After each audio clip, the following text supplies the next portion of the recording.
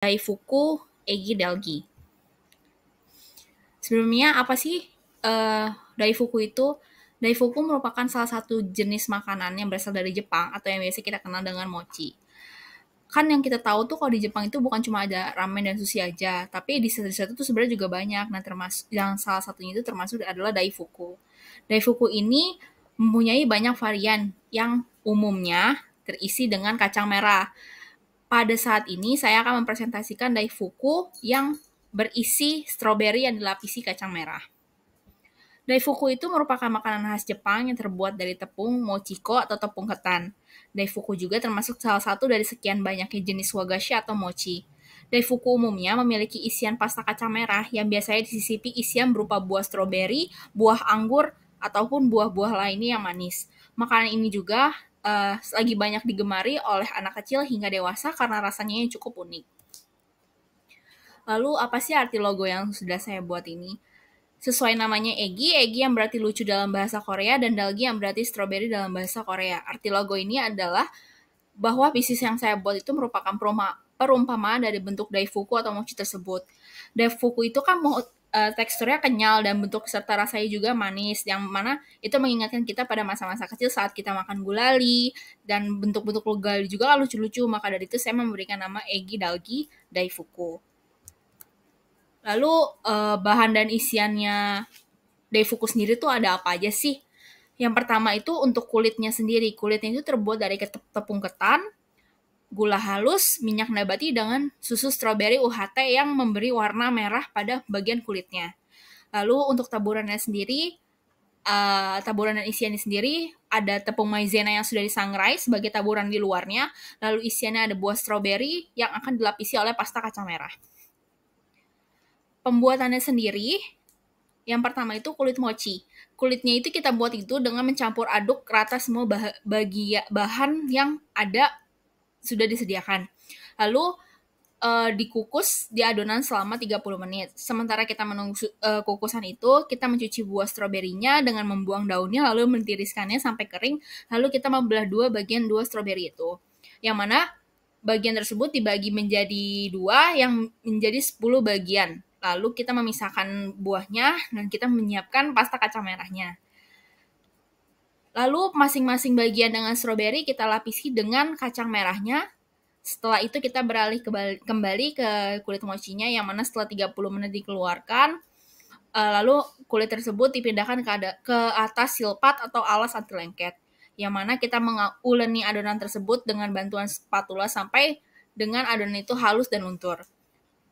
Lalu kita melumuri tangan kita dengan maizena, lalu menaburi adonan tersebut dengan maizena yang sudah disangrai tadi, lalu menguleni kembali dengan tangan. Adonan kulit mochi menjadi 10 bagian yang kurang lebih ukurannya 25 gram. Lalu salah satu bagian kulitnya pipihkan, beri isian, dan rapatkan. Isiannya itu apa sih? Isiannya itu yang tadi stroberi yang sudah dilapisi oleh kacang merah. Lalu kita rapatkan untuk kulitnya, lalu ditaburi maizena supaya tidak lengket, dan disajikan secara dingin. Lalu gimana sih pemasaran dan promosinya? Kalau kita lihat dari minat dan pasar yang ada, berdasarkan riset saya di social media, untuk produksi Daifuku ini sebenarnya masih belum banyak usaha yang mengeluarkan atau menjual mochi ini. Dikarenakan satu, bahan yang lumayan mahal dan sulit dicari. Karena stroberinya itu kita tidak bisa yang asam-asam, karena Daifuku ini kan dasarnya ini manis, dessert, jadi kita harus menemukan buah stroberi yang manis. Nah, kita tahu bahwa stroberi itu kan semakin manis rasanya maka semakin mahal. Dan juga proses produksi ini kan harus dilakukan saat pemasaran terjadi, atau kalau misalkan kita mau Daifuku itu harus saat itu juga dibuat dan saat itu juga dimakan, karena kurangnya dari Daifuku ini adalah tidak bertahan lama. Maka dari itu, saya berencana membuka usaha ini secara online dan hanya menerima pesanan awal atau berupa pre-order demi menjaga kualitas produk yang baik. Lalu analisis SWOT-nya, yang pertama ada strength atau kelebihannya. Yang pertama itu mochi ini digemari banyak anak-anak hingga dewasa. Yang kedua, rasa dan teksturnya yang unik dan umum di lidahnya orang Indonesia. Yang ketiga, mochi ini memakai bahan-bahan premium yang baik untuk dikonsumsi. Yang terakhir, penggunaan buah stroberi atau buah-buah lainnya juga fresh. Lalu kelemahannya tuh apa sih? Yang satu, pembuatannya tuh bisa dilakuin oleh banyak orang dengan berbagai jenis bahan yang tidak sebaik saya atau orang-orang lain buat. Yang kedua itu sama seperti di atas, dapat ditiru dengan mudah. Yang ketiga itu tidak tahan lama pada berada di suhu ruang. Yang terakhir, modal dalam pembelian stroberinya cukup mahal. Karena untuk stroberinya sendiri, kalau yang mahal itu biasanya untuk ukuran 150 gram saja itu bisa mencapai harga 90.000 sekian. Lalu opportunity-nya atau kesempatannya adalah yang pertama, mochi ini bisa dikembangkan untuk rasa dan isian buahnya. Jadi bukan cuma rasa stroberi ataupun rasa anggur. Mungkin bisa aja dimasukin kiwi atau rasa kacang merahnya sendiri atau mungkin bisa diubah dari rasa-rasa lain. Terus harga satuan Daifuku untuk kategori stroberi atau buah-buah manis itu masih terjangkau. Lalu masih mudah ditemui secara online walaupun di offline-nya masih agak sedikit. Yang ketiga, threats-nya atau ancamannya. Yang pertama, karena prosesnya lebih mudah dibuat, jadi banyak banget yang dapat meniru. Yang kedua, karena banyak yang meniru, menjadi banyak pesaing yang menggunakan strategi yang sebenarnya belum pernah kita kembangkan sendiri. Terus yang ketiganya itu, persaingan pemasarannya dan juga promosinya cukup kompetitif. Lalu bagaimana dengan model produksinya? Di sini saya memberikan contoh model produksi sehari dengan total pembuatan 100 buah Daifuku atau mochi. Yang pertama ada tepung ketan sebanyak 500 gram. Saya membelinya dengan 5 pieces. Harga satunya 15.000 jadi totalnya 75.000. Lalu ada susu UHT Strawberry Greenfields yang 1 liter, satuannya tuh harga 29.500 dikali 5 liter atau 5 pouch jadi 147.500. Lalu ada gula halus 500 gram, 5 pieces juga dengan harga 12.500 menjadi 62.500. Lalu ada minyak ukuran 2 liter 1 pouch dengan harga 49.700. Lalu ada tepung maizena 1 kg, saya beli 1 pieces di harga 17.500. Lalu ada strawberry 1 kg dengan ukuran 1 kg saya membeli 2 dengan harga satuan 1 kg-nya ada 155.000 menjadi 310.000. Terus juga ada harga pasta kacang merah import yang sudah jadi, yang satu piecesnya besar seberat 1 kg, saya membeli 2 dengan harga 49.999 menjadi 99.998. Lalu yang terakhir ada mika kemasan 50 pieces, satu bundle 50 pieces dengan harga 28.750. Maka dari itu, modal produksi harian yang saya keluarkan untuk menghasilkan 100 buah Daifuku atau mochi adalah sebesar Rp790.948. Lalu bagaimana dengan aspek keuangannya? Di sini saya akan membahas aspek keuangan hariannya dulu. Untuk rencana produksinya sendiri, saya Daifuku memproses 100 pieces per hari dengan total box 50 box. Kenapa 50 box? Karena satu box itu berisi 2 Daifuku. Jadi satu box isi 2 dan dibagi 100 menjadi 50 box.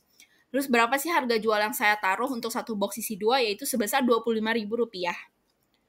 Lalu untuk biaya tetapnya sendiri, di sini ada strawberry yang harus saya beli secara harian untuk menjaga kualitas produk sebesar 310.000 atau 2 kg. Pasta kacang merahnya juga 99.998. Lalu ada mika kemasannya untuk membungkusnya sebanyak Rp28.750. Dengan total pengeluaran biaya tetap sebesar Rp438.748. Nah, untuk harga jual Rp25.000 itu kita kali 50 box, jadi total pemasukan harian kita tuh 1.250.000, tapi itu masih pemasukan harian yang kotor. Lalu berapa nih pemasukan atau keuntungan bersih satu hari yang kita miliki? Ya, kita hitungnya dengan harga jual atau harga total pemasukan harian dikurangi pengeluaran tetap, yaitu 1.250.000 dikurangi 438.748 menjadi 811.252. Jadi total keuntungan bersih dari penjualan satu hari adalah 811.252. Bagaimana dengan pengeluaran selama 30 hari? Kalau dalam tadi kan total pemasukan harian itu 1.250. Itu terhitung 50 box per hari. Lalu bagaimana 30 hari? Kalau 30 hari itu 50 box dikali 30 hari. Totalnya menjadi 3.000 box. 1.250.000 dikali 3.000 box menjadi 75 juta. Itu pemasukan 30 hari yang masih kotor. Lalu kita kurangi dengan pengeluaran bulanan. Pengeluaran bulanan itu apa aja? Ada biaya lain-lain yang berkala sebulan sekali. Contohnya kayak biaya operasional, atau beli gas, atau beli yang kompor baru, atau bagaimana. Itu sebagai biaya lain-lain saja, itu sebesar 1.500.000. Lalu ada gaji satu karyawan sebesar 2.500.000, yang mana menjadi pengeluaran bulanannya 4 juta. Jadi keuntungan sendiri yang kita dapatkan untuk per bulannya yaitu pemasukan 30 hari dikurangi pengeluaran 30 hari, dan juga dikurangi pengeluaran tambahan 1 bulan.